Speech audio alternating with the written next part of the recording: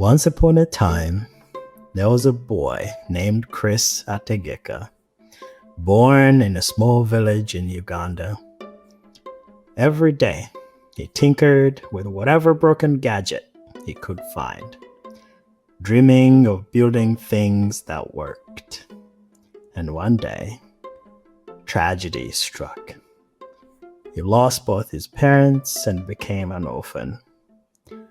Because of that, he was thrust into a world where survival came before dreams.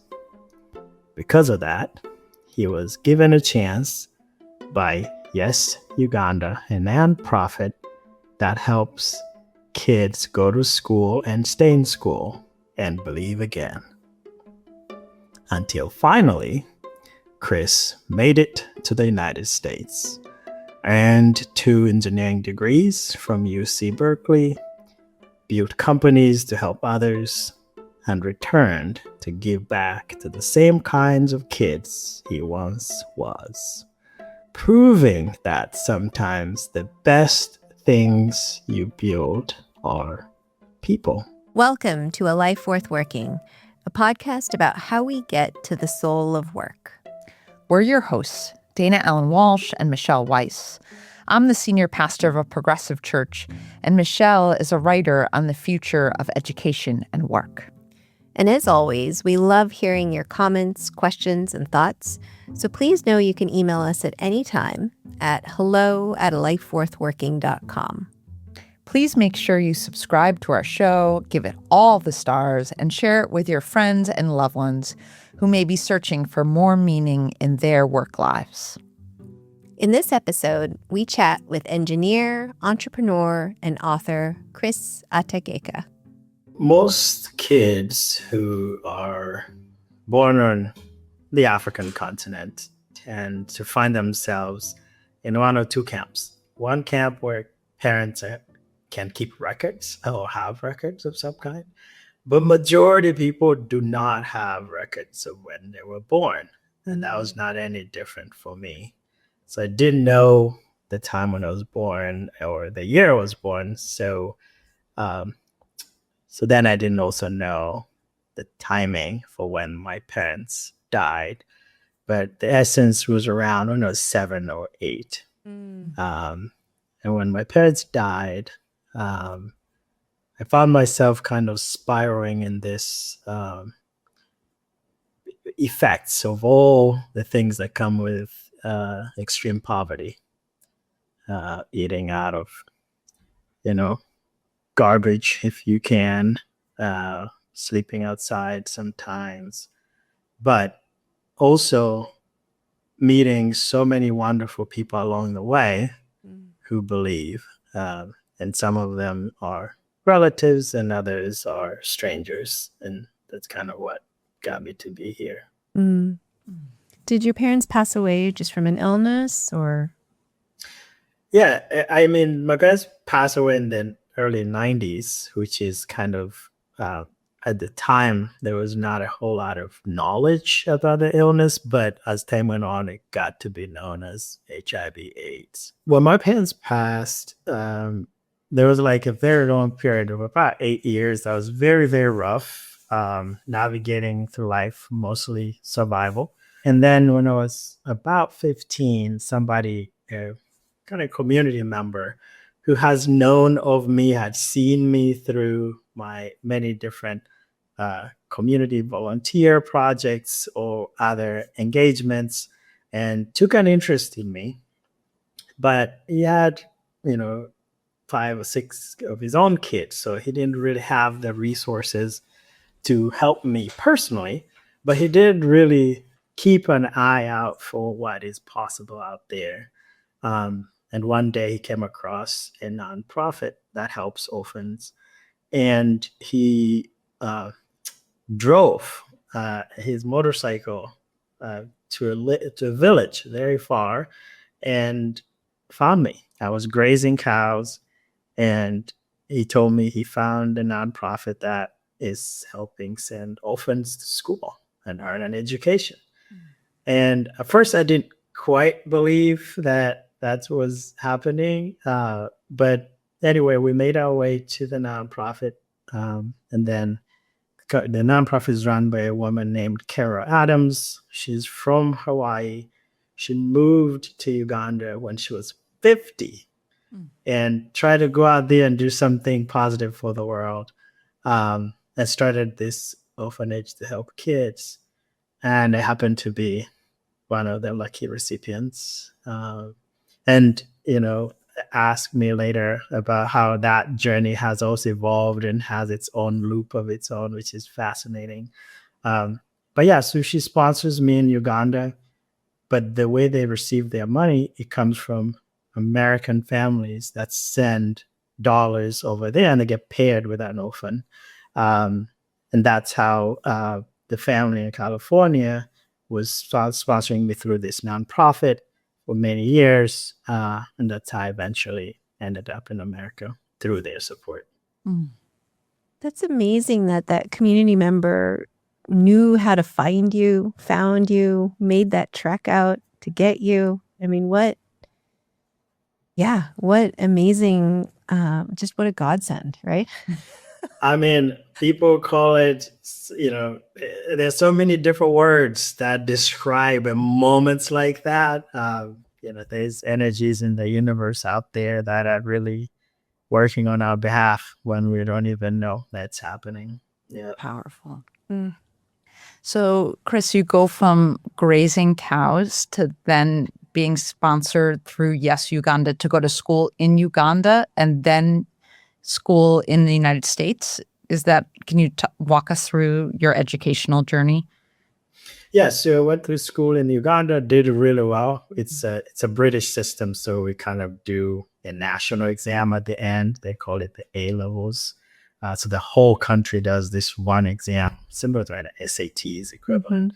And then you pass that, you qualify to go to college.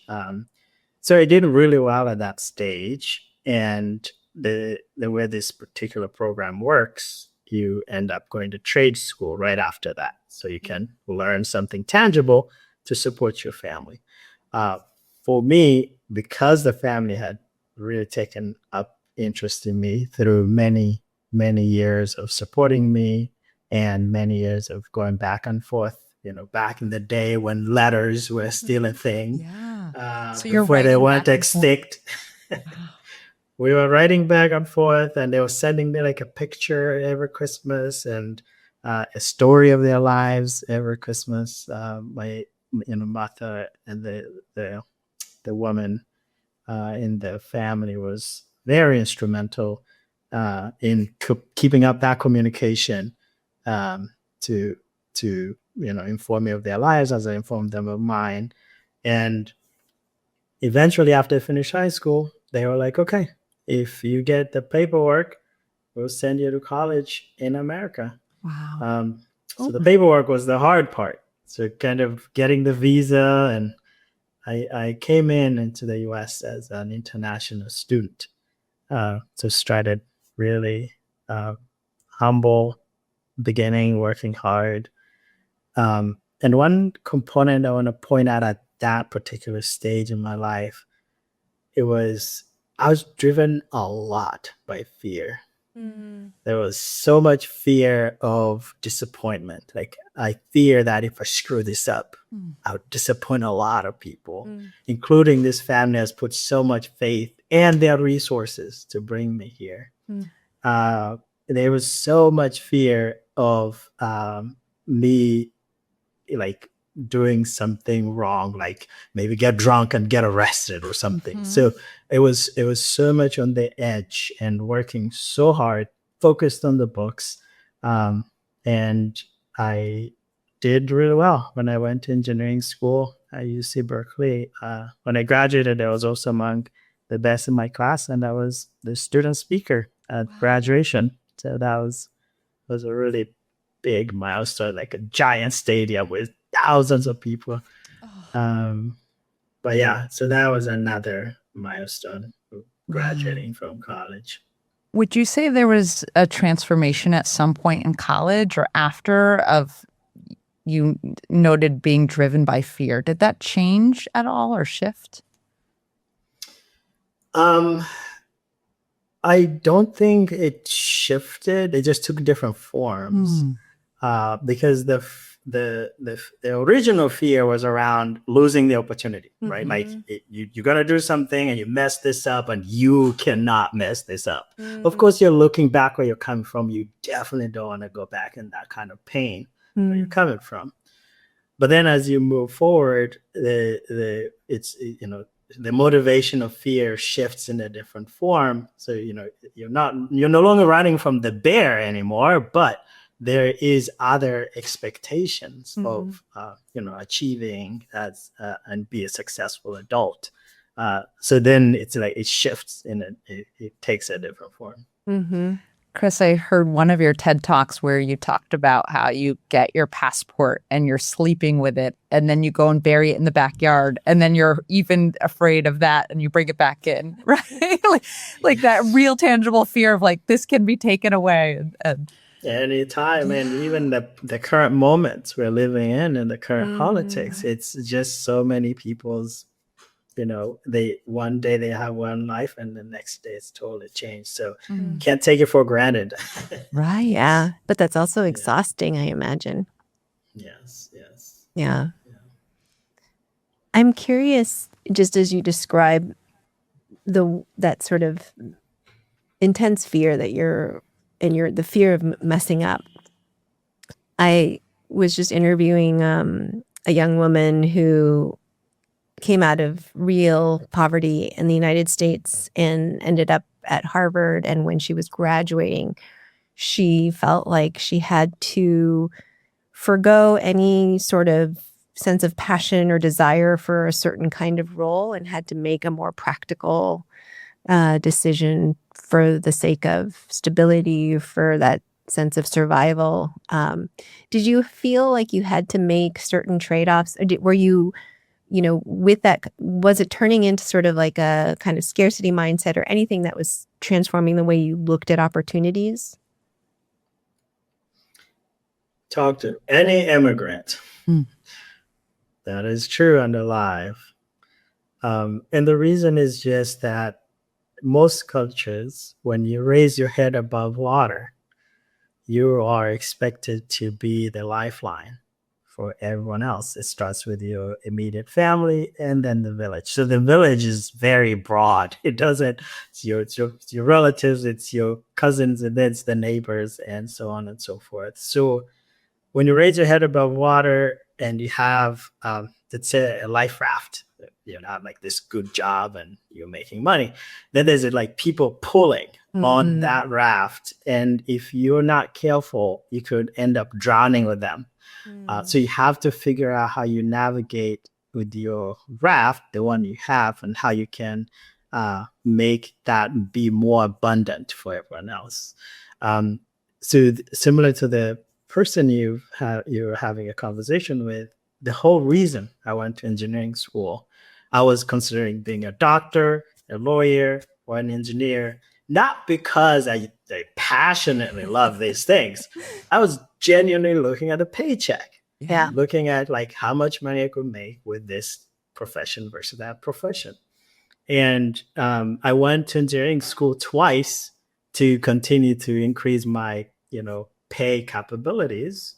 And eventually I just turned into an entrepreneur, and now I'm a writer. So it's like the true self eventually came out, but it just started with that, kind of trend of thought where you're thinking safety, security for yourself and loved ones. So it's true for most immigrants. Tell us about that process of how the true self comes out of you as an entrepreneur and an author, that move from engineering school into the work you're doing now. It's a privilege. It's a privilege to live your true self. Yeah. It's very, very cocky of anyone to stand on any platform and say, just be yourself. Yeah, there are so many people who would love to be themselves, but they can't. They do not have that privilege to be themselves. You have to wake up and let's say your job is to scrape plates at some fast food restaurant and have to be there at 5, and you work your full day. You got to go pick up the kids. By the time you make dinner for them, you're like exhausted. You crash, you wake up the next day, go do the same thing again. Tell that person, just be yourself. It's not realistic for majority of the people. And it was not the same for me either, where I worked my way in this kind of survival mode, and I earned myself the privilege to be like, what is really important to me? And that's how I've been able to transition to work on the things I actually love and care about. Tell us more about those projects. What were you doing as an entrepreneur, and what are you've written a lot of books, and what has been spurring the author in you? Oh, the author in me is basically, it's therapy for me. I genuinely wake up. I have a morning routine. I do 7 things. And when I'm done with those 7 things, the 7th thing is writing. And I write for 1 hour every day. And by the time the year goes by, I have a book. But all the writing, it's everything that I wish I knew, or it's kind of like a reflection back on myself and giving myself advice or self-help, if you will. Yeah. Tell us about your newest book, because you're talking about soul in the age of machine, right? Yes. So the book is called Return to Human. And the title is really trying to inspire the idea that we are living in this world of and the machine is with a capital M. I don't mean like a specific tool or a specific thing. It's just we are kind of in this hamster wheel that has to do with capitalism. It has to do with our algorithm. Like everything you go throughout the day is now being filtered through the algorithmic machine. We build systems that initially were designed to serve us, but somehow we've lost that, and we think we built them and we thought we're in charge, and now the systems are in charge of us. And as a consequence, have you ever tried to like sign up for something and then the robot asks you to prove that you're human? Yes. Right? And yet we built the robot. Now we need to prove ourselves that we're not a robot.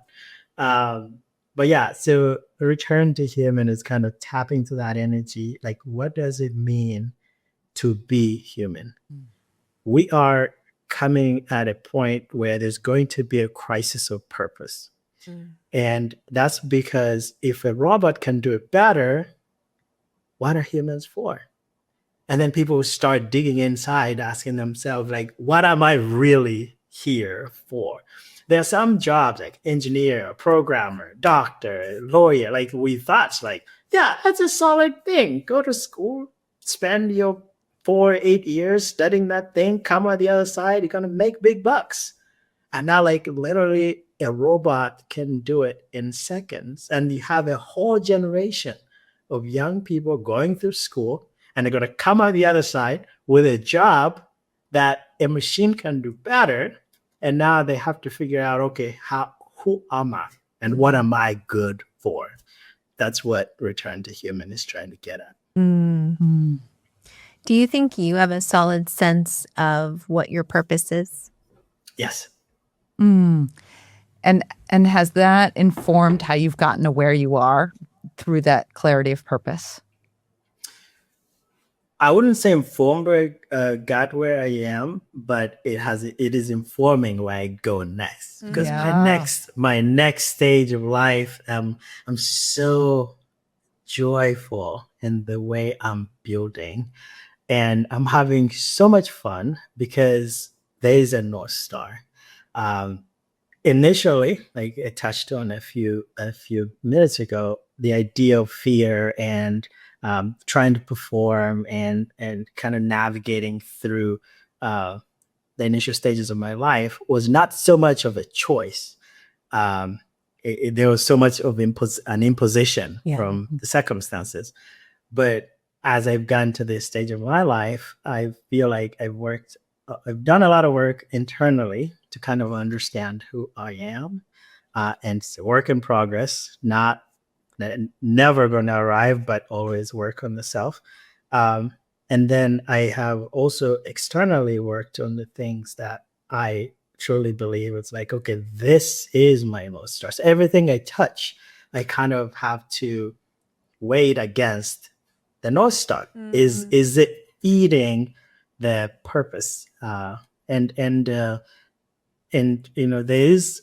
there's another component to that, which has to do. I don't know if you guys have ever heard of the term survivor's remorse. It's some people who go through some tragedy, like a plane crashes, everyone dies, and you're the only one who survives. And then you start asking yourself, like, why me? Like, why did I become this lucky out of all the people that survived this plane crash? And that feeds a lot into how I navigate the world moving forward. Can you tell us a little bit more about your North Star? Sure. Thank you. Thank you for asking. My North Star. So I spent a lot of time taking different courses. There was a course at the Harvard Kennedy School. There's a gentleman named Bill George. I don't know if you know him. He's amazing. He wrote the book Finding the True North. And there was another course, gentleman named Ryan Ellis, called Hive. And then there's another one called Landmark. So I did all of those in a way of like trying to like who am I? Like who? And then eventually took the best pieces out of those and kind of created a little module for myself. And now I share with friends to kind of help them think through their own life purpose. But when I landed, it all came down to this one sentence: make a difference in one person's life a day. Just one. And I don't go around with a notepad. I'm like, okay, today it's 4, tomorrow is 15, I could go, and it takes different forms. It could be a product or service that I create. It could be a conversation. It could be literally like handing someone $1. It could be content, like writing a book or something that someone finds valuable. So I don't go around noting down how many people I had an impact on, but as I navigate with an intention, as I go through the world and ask myself, did I do that today? And yeah, that's all I go for. It's one is achievable. And the reason I don't want to say billion is because you gotta crawl before you walk That's right. before you run before you fly. If I do one a day and I live to be 100, I got another 60 years to do one a day. Yeah. That's all. It's all that matters. When I just think back on that 8 years between your parents' death and finding Yes Uganda, did you already have that sense of hope and faith then when you were just trying to survive? Like, you mentioned that there were moments of joy and beauty when people would show you kindness. Was it that kind of kept you going? Like, how did you, it's probably hard to remember, but like, how did you think about that time? I think if I was to pinpoint a one thing that helped me navigate hard times over the years, I actually gave it a term. It's called positude. It's positive attitude. So you're gonna get, and it's positude, and hopefully I can get into the dictionary someday. There you go. Positude. What positude does? So you're gonna get pushed in the corner. You're gonna sit down and you're gonna cry and the tears will dry up, but the problem doesn't go away. And then the question becomes, okay, what's within my control. Mhm. So always trying to find a thing that's within your control and what can you do about it. Mhm. You could get stuck on all the things that are shitty in the Mhm. world, and why your situation is so bad. But there's so many people and circumstances, like there are really bad people out there who do not care. They don't care. If they're inflicting this pain on you, they don't care. Mm. So you could focus on that, and that will create like this roommate that lives in your head rent free, eating you up. Mm. Or you could decide and figure out what's within my control and what is positive about this, and then take that and just run with it. So, Chris, we have this question we ask our guests about a moment of stuckness in life. And we use the metaphor often of what is a shitty thing that's happened to you and how shit can become the manure for good things to grow. And so we're curious if you could name a shitty experience you've had that has led to growth in your life. I would. How many shits can I give?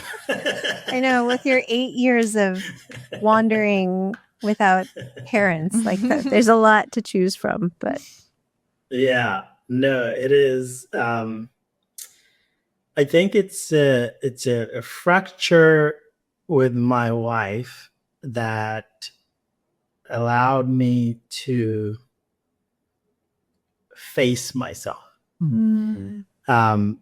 So there's a component of, I don't know if you guys have read the book, The Attachment Theories. Yes. Where you kind of, some people are secure attachers, and some people are avoidant, and some people are anxious attachers. Mhm. And the idea, like, depending on how you were raised and your childhood experiences, you find yourself in a space where things are happening, like how you're responding to the world, but you don't know why you're responding the way you're responding.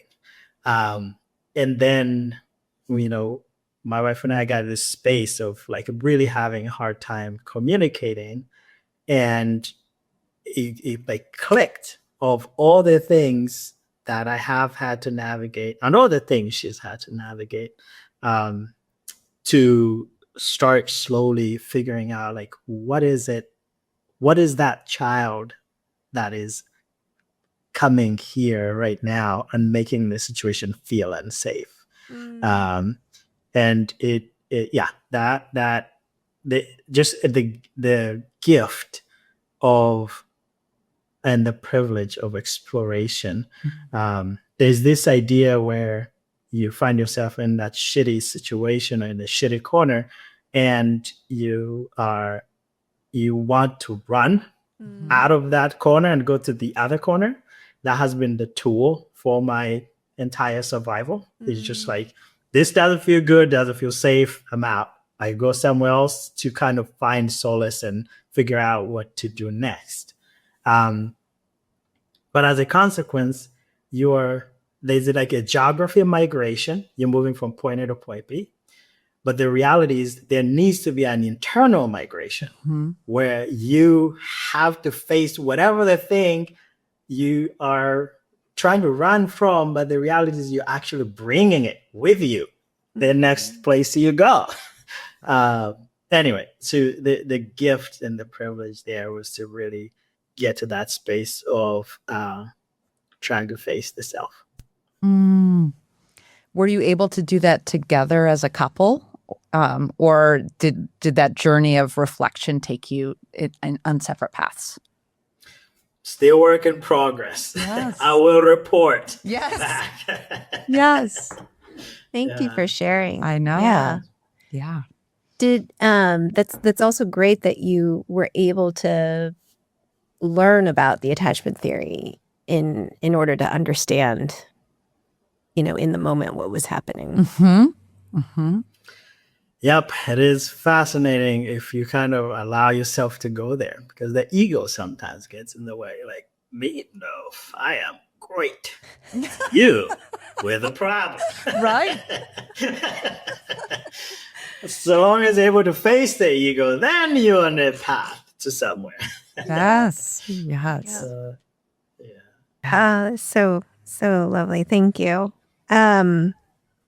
I think we are good. Is there anything you wish we had asked you, Chris? Yeah, maybe my favorite quote. Please. Yes. It goes like this. All weather is passing. What does that mean to you? It's just like you find yourself in a hard time right now, or even how shitty the world is right now. And sometimes you feel helpless and you feel the world is literally coming to an end. And sometimes it is for you on an individual level. But if you can look within and try to find, so there are these two things I call like hope and faith. They're kind of like two friends gotta stick with us. So hope is very internal. So you use all your energy to summon hope and be like, I'm gonna be hopeful, I'm gonna be positive, this is gonna be great.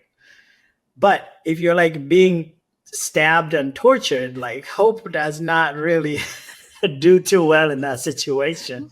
So you need to rely on the cousin who is faith and believing that there's some other energy in the universe that is at work for you without even knowing that's at work, and it will be better. And having those two friends with you at most times, it can help you navigate hard times. And the quote, all weather is passing, it could like literally mean the weather. It's like it's raining and it's going to shine. Or it could literally mean like this metaphorical stage in life where you find you're like, highs are really high and you're like really excited, but know that, the reason you feel high right now is because probably you were low before that. And the vice versa is true. If it feels really, really low, where you're like in the bottom, the bottom of the pit, it's not gonna stay permanent. All weather is passing. I love that. Is there anything really left to say? What an incredible life Chris Atageka has had. I know, and he's so young. It's unfathomable, the childhood he endured and the luck to catch the eye of a family man who cared enough to drive so many miles on a motorcycle to place him in a better circumstance. Thank goodness he wasn't left to wander the fields, orphaned and homeless. Instead, we have a person who strives to go deeper to make a difference in the world. This has been another episode of A Life Worth Working. She's Dana Allen Walsh. And she's Michelle Weiss. Don't forget to subscribe and share with your friends and loved ones who may also be searching for more meaning and purpose in their work lives, or what we call the soul of work.